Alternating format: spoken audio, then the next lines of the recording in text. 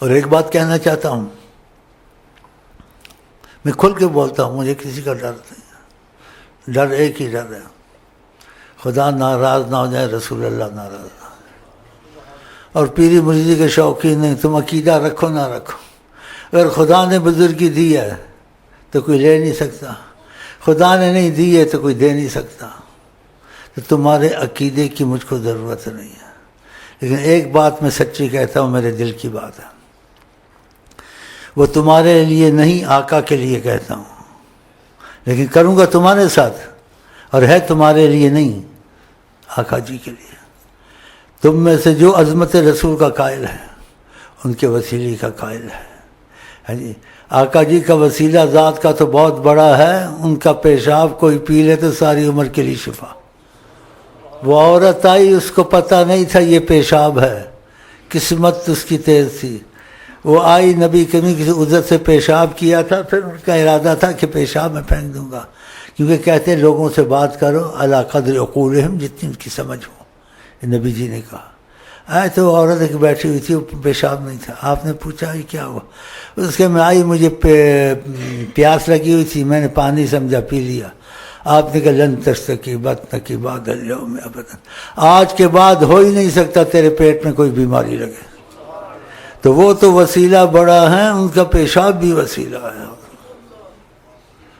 تو نبی کی ذات کو جو وسیلہ نہیں مانتے، ہم یہاں بحث کا رستہ نہیں کھولتے ہیں، اتنا کہتے ہیں کہ جو نبی کو حیات النبی نہ سمجھے، وسیلہ نہ سمجھے، وہ یہاں نہ آئے سی آئی ڈی کے لیے۔ اس کا کیا عقیدہ؟ ہمارا عقیدہ کچھ بھی نہیں ہے، نہ کسی نبی پر ہے، نہ کسی ولی پر ہے، بس ہے خدا کے بعد ایک حضرت محمد مصطفیٰ پر ہے، اور کسی ولی نبی پر ہے تو اس کو غلام مصطفیٰ سمجھ کے مانتے ہیں، ایسے نہیں مانتے، ہم ایسے نہیں مانتے، وہ غلام مصطفیٰ ہے تو ٹھیک ہے۔ تو جو آقا کی عظمت کا خیال کرے، ان کی محبت کا، استغفر اللہ، اس کا ذاتی معاملہ، چور ہو، زانی ہو، شرابی، اس کا اللہ کا معاملہ بخشے نہ بخشے، اگر آقا کی عظمت کو مانتا ہے، یہ بات ذرا غور سے سننا، آقا کی عظمت مانتا ہے، کہتے ہیں آقا جی بڑی شے ہے، آقا جی سبحان اللہ، بعد از خدا تو ہی بزرگ، یعنی آقا جی کا قائل ہے، استغفر اللہ، زانی ہے، شرابی ہے، لیکن اس کے لیے نہیں، آقا کے لیے، یہ بات سمجھے، اس کے لیے نہیں، آقا کے لیے۔ کیا چیز آقا کے لیے؟ اگر عظمت کا قائل ہے آقا کے لیے، خدا کی قسم کچھ بھی ہو، اگر آقا کی عظمت مانتا ہے، آقا سے اتفاق محبت رکھتا ہے، تو آقا جی کے لیے، اس کے لیے نہیں، اس کے لیے نہیں، آقا جی کے لیے آپ کا دعا گو انشاءاللہ۔ جو آقا کی عظمت کو نہیں مانتا ہے، دنیا کو شیخ اسلام کا ہے، اپنے اہل سنت بھی اس کو لکھنے، شیخ اسلام کو لکھنا چاہیے، اس کا حوالہ دینا چاہیے۔ جو نبی کی زیارت کو گناہ کہتا ہے، کہتا ہے وہاں جب مسجد کی نیت ہے، نبی کی زیارت کے لیے نہیں جاؤ، گناہ سمجھتا ہے، نبی کے وسیلے کا انکار کرتا ہے۔ 70,000 فرشتہ سالوں سے زیارت نبی کے لیے عظمت کو سلام کرتا ہے، یہ سب شرک کرتے ہیں۔ جو نبی پہ جھوٹ مارے، لیکن نبی کریم کی زبان سے یہ لفظ نکلا ہے، لیکن خدا کی قسم نکلا ہے، اور نبی کی صورت میں شیطان آ سکتا ہے۔ نبی کریم کا ایک متکبر عالم تھا، بتاؤ اب اس کا کیا علم رہا؟ کچھ نہیں، لکھے پڑے شیخ اسلام، شیخ اسلام فلانا، ہر کوئی اپنے پیر کو یا کہ شیخ اسلام لکھتا ہے، آقا نے شیخ اسلام نہیں بنایا، اس کو لوگوں نے بنایا، پتہ ہے نہیں ہے۔ جیسے کسی کا لاکھوں مرید تھے، اس کا نام نہیں لیتا ہوں، آقا اس کو معافی دی، آقا جی نے اس کو معافی میں رکھا ہوا ہے، اس کو پتہ نہیں ہے۔ کہتے ہیں نبی کو دیوار کے پیچھے کا پتہ نہیں تھا، کتاب میں لکھ دیا، لاکھوں مرید اس کے میں قطب الاقطاب پتہ نہیں کیا کیا لکھ دیا۔ تمہارے کسی طریقت والے کو آقا کی زیارت نصیب ہوئی، اس کے دل میں آیا آقا جی بول رسیلے بولن، مجھے مار گیا تیرا حسن بیاں، اس کے دل میں آیا کہ اس نے لکھا ہے لاکھوں مرید قطب الاقطاب، بڑا کچھ لکھا. اس نے کہا آقا کو دیوار کے پیچھے نہیں پتا تھا, جبریل نے بتایا. جبریل نے اظہار محبت کے لیے بتایا, پتا سب کچھ تھا. اس کے دل میں جب یہ بات آئی, آقا جی نے کیسا جواب دیا, جادو بیان. کس نے لکھا کتاب دیوار کے پیچھے, جس کے دل میں آیا وہاں اس سے زیادہ تو بولنا نہیں پڑتا. آقا جی چاہے اس کا دل کا جواب دے دیں نہ دے دیں, اس کی مرضی پر. وہ کہیں آتے جاتے نہیں. غلط فہمی ہے بعض اہل سنت ہے دوسروں کو. ایک دفعہ کا واقعہ ہے, نبی کریم صلی اللہ علیہ وسلم نے کسی طریقت والے پر کرم زیادہ تھا, باتیں بتا دیتے تھے. کہا ان کو شرم نہیں آتی نبی, مجھے اپنے دروں پر پھراتے ہیں. دنیا کا بادشاہ کسی کے در پہ نہیں جاتا ہے اور اپنے دروں پہ پھراتے ہیں. ہم جس کو چاہتے ہیں اپنے در پر لے آتے ہیں. جس کو ہم چاہتے ہیں اپنے در پر لے آتے ہیں, یہ مجھے دروں پہ پھراتا ہے. تو کہا محبت میں کہتے ہیں, ان کو پتہ نہیں ہے. تو دیوار والے کا اس کے دل میں آیا کہ دیوار میں کے پیچھے کا نہیں پتہ تھا. لاکھوں مرید مانا ہوا علم میں, ہر چیز میں. یہ کیسے لکھا؟ آقا جی نے غور سے دیکھا, کہا وہاں دیوار تو تھی ہی نہیں. کیسا آقا جی, کہا وہاں دیوار تو تھی ہی نہیں, ان کی سمجھ میں ایسا آیا ہے. خدا ان کو معاف کرے گا, میری دین کی خدمت کی ہے. اب یہ کیا خدا معاف کرے تو غلطی ہے نا, اور سمجھ میں نہیں آیا ہے تو یہ جیسے غلط فہمی ہوئی. تو آقا جی تو معاف کر دیتے ہیں, لیکن تم لوگ معاف نہیں کرتے. یہ دیوبندی ہے, یہ بریلوی ہے, ڈمکا ہے, یہ فلانا ہے. تم کو کیا دیوبندی ہے, وہ جانے آقا جی جانے. شیعوں کی طرح مت بنو.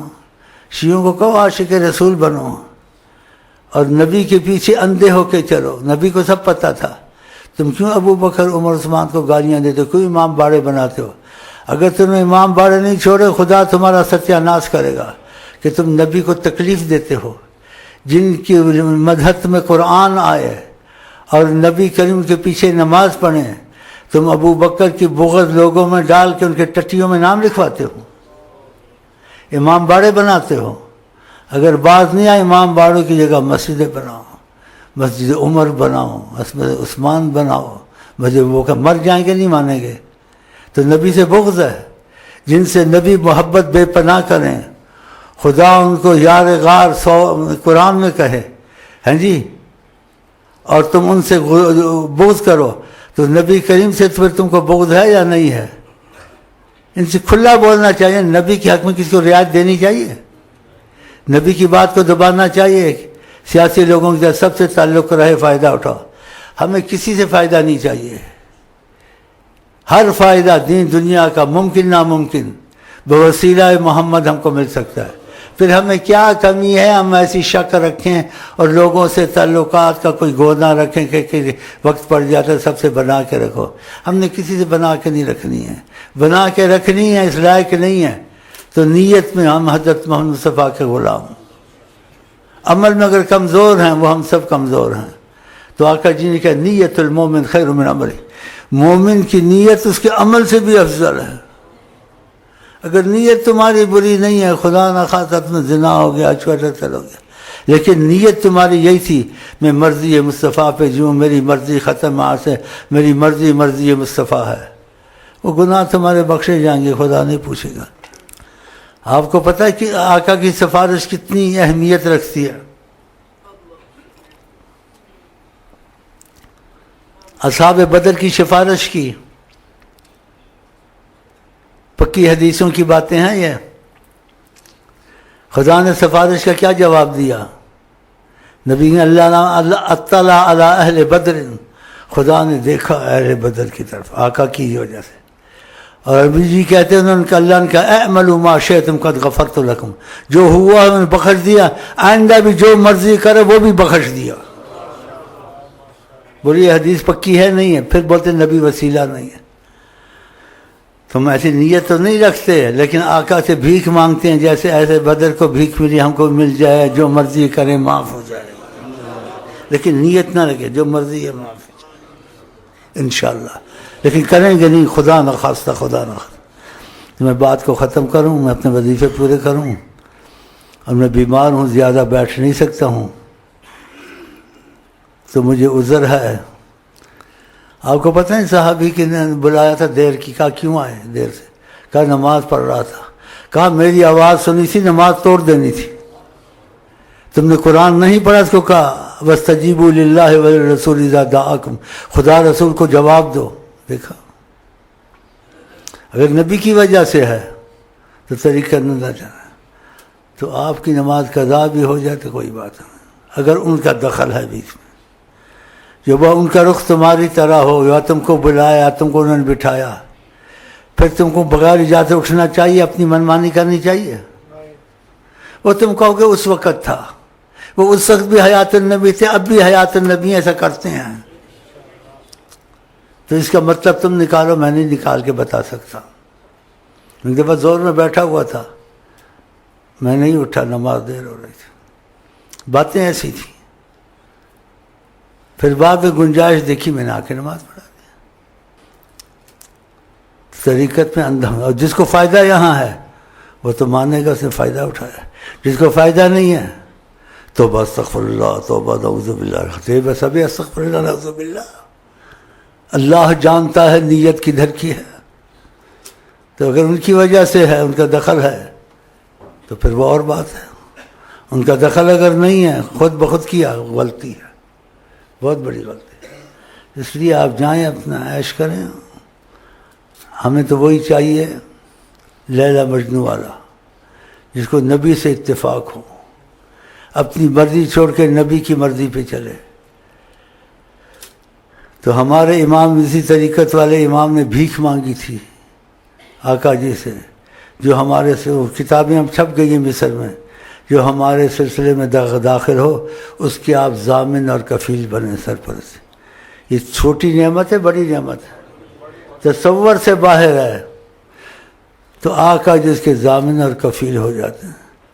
اگر تم نے سلسلے سے وفا کی، وظیفے نہیں چھوڑے اور ان چیزوں پر عمل کیا، تمہارے اور آقا کے درمیان رابطہ پیدا ہو سکتا ہے.